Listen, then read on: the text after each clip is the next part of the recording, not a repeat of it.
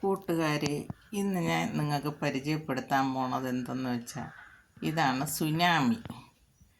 Tsunami എന്ന പേര് എന്തെന്ന് പറയാൻ, ഇത് മുട്ടുതോറും കാ വരണോണ്ടാണെന്ന് തോന്നുന്നത് തമിഴന്മാർ പറയണത് സുനാമി എന്നാണ് പറയണത്. ഈ നമുക്ക് ചെറിയ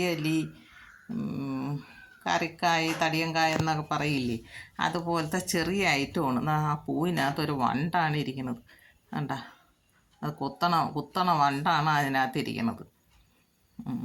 മഴ പെയ്തപ്പം കയറിയിരിക്കുന്നതാണ്. അതാണ് ഈ സുനാമി എന്ന് പറയുന്നത്. ഇതിൻ്റെ ഞെടുപ്പോറും ഈ കാ വരും. പക്ഷേ നമ്മളെല്ലാം മൂടിയിട്ടില്ലെങ്കിൽ അത്രയും കൊതു കടിച്ച് ഇല്ലാതായിപ്പോവും. എല്ലാ മുട്ടിലും ഇതുപോലെ പിഞ്ച് വരും.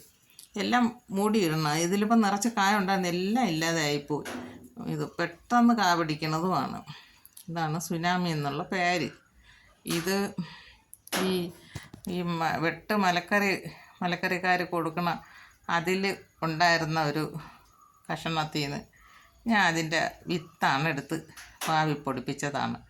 ഇതിൻ്റെ നേരത്തെ എൻ്റെ ഒരു മൂടുണ്ടായിരുന്നു. അത് ഇതുപോലെ തന്നെ ശരിക്കും കായുണ്ട്. പക്ഷെ നമ്മൾ പറിച്ച് കൊടുക്കാൻ നേരത്ത് നമുക്ക് വിലയൊന്നും കിട്ടില്ല. വില കുറവാണ് ഈ ഐറ്റത്തിന്. ഈ സാമ്പാറിനും ഈ പച്ചടി വയ്ക്കാൻ കൊള്ളാം, സാമ്പാർ വയ്ക്കാൻ കൊള്ളാം. സാമ്പാറിന് വെട്ടാം, പച്ചടിക്ക് തന്നെയാണ് ഞാൻ കൂടുതലിടുന്നത്. പിന്നെ പുളിശ്ശേരിയൊക്കെ വയ്ക്കാം. പിന്നെ ഇതിന് കൊള്ളാം. ഇതങ്ങ് നല്ല ഇതാണ് സാധനം. ഇത് നല്ല വലുതാവും. കുറച്ച് ഒരു കായ ഒരു 3 കിലോ ഒക്കെ വരും. അത്രയാണുള്ളത് കാണും. നിറച്ച് കായായിരിക്കും. നമ്മൾ ഇതിന് വലിയ ജോലിയൊന്നും ചെയ്യണ്ട. ഇതിൽ ഒരു വിത്ത് കൊണ്ട് ഇട്ടിട്ട് ഇത്തിരി ചാണകപ്പൊടിയോ കോഴിയോളോ എന്തെങ്കിലും ശകലം തൂറ്റി കൊടുത്താൽ മതി. ഇത് പൊടിച്ച് കയറി. ഇത് പിന്നെ കാഴ്ച ഇഷ്ടം പോലെ കായ വരണതാണ്. ഇതുപോലെയൊക്കെ മലക്കറി വാങ്ങിക്കുമ്പം കിട്ടണത് കൊണ്ടുവന്നൊക്കെ നട്ട് നോക്കണം. എൻ്റെ ഈ വീഡിയോ ഇഷ്ടമായെങ്കിൽ ലൈക്ക് ചെയ്യണം, ഷെയർ ചെയ്യണം, സബ്സ്ക്രൈബ് ചെയ്യണം.